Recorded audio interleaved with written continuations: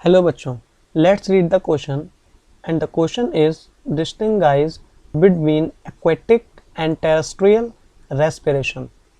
सो इस क्वेश्चन में हमें ये डिस्टिंगाइज करना है कि एक्वेटिक और टेरेस्ट्रियल रेस्पिरेशन में क्या फ़र्क होता है। तो इस क्वेश्चन को करने से पहले हमें इसका की कॉन्सेप्ट समझना होगा। अब यहाँ पर रेस्पिरेशन की बात चल रही है, तो रेस्पिरेशन से यूजुअली हम ये समझते हैं कि एक्सचेंज ऑफ गैस, कि किस ऑर्गेनिजम्स के अंदर अगर वो एक्वेटिक है तो किस तरीके से उसमें एक्सचेंज ऑफ गैस होगा, इनहेलेशन और एक्सहेलेशन कैसे होगा, टेरेस्ट्रियल अगर है तो उसमें इनहेलेशन और एक्सहेलेशन कैसे होगा।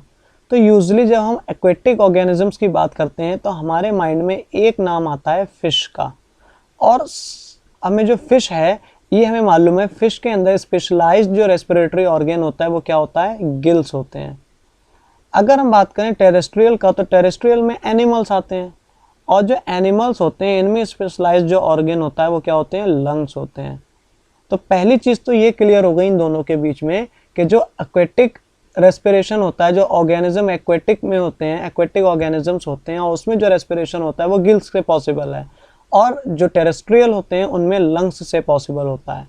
तो बेसिक कॉन्सेप्ट तो ये क्लियर हो गया। तो यहाँ पर हम लिख सकते हैं कि जो टेरेस्ट्रियल ऑर्गेनिजम्स होते हैं, यहाँ पे लिखेंगे terrestrial,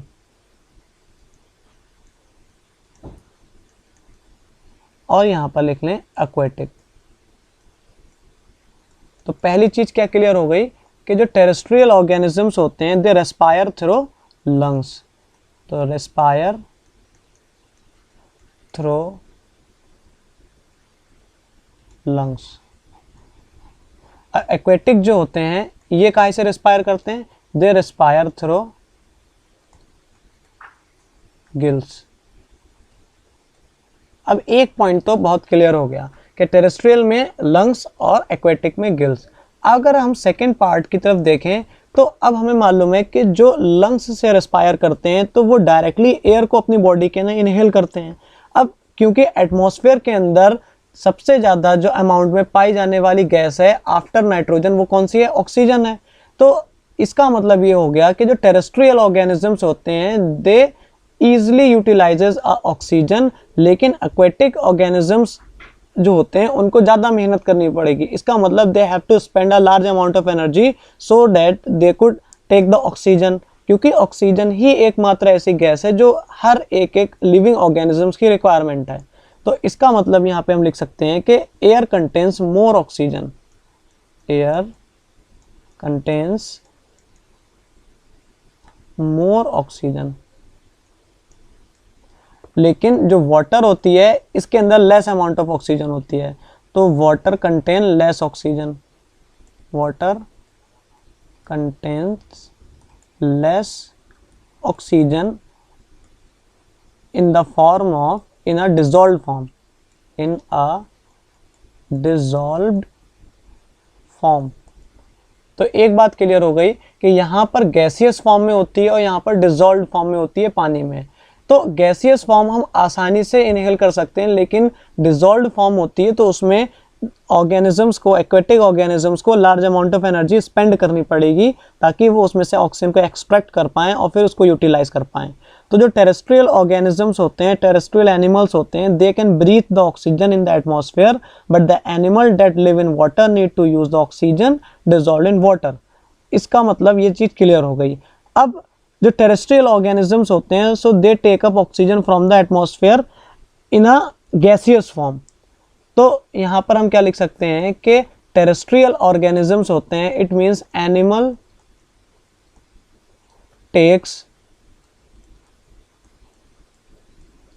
oxygen in gaseous form.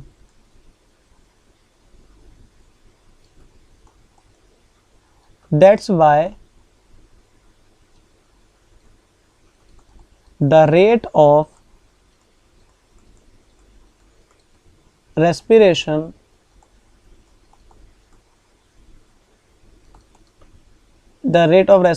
is slow। क्योंकि हमें आसानी से ऑक्सीजन मिल जाती है, इसी वजह से हमारी बॉडी में जो रेट ऑफ रेस्पिरेशन होता है वो स्लो होता है। लेकिन जो एक्वेटिक ऑर्गेनिजम्स होते हैं, जो फिश होती हैं, इनको ऑक्सीजन एक्सट्रैक्ट करनी पड़ती है डिसॉल्व फॉर्म में से।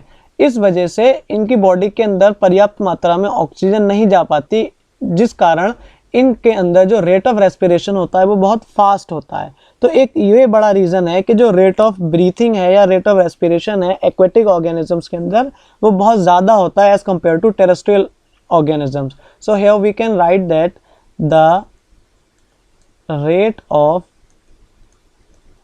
breathing is higher because they have to take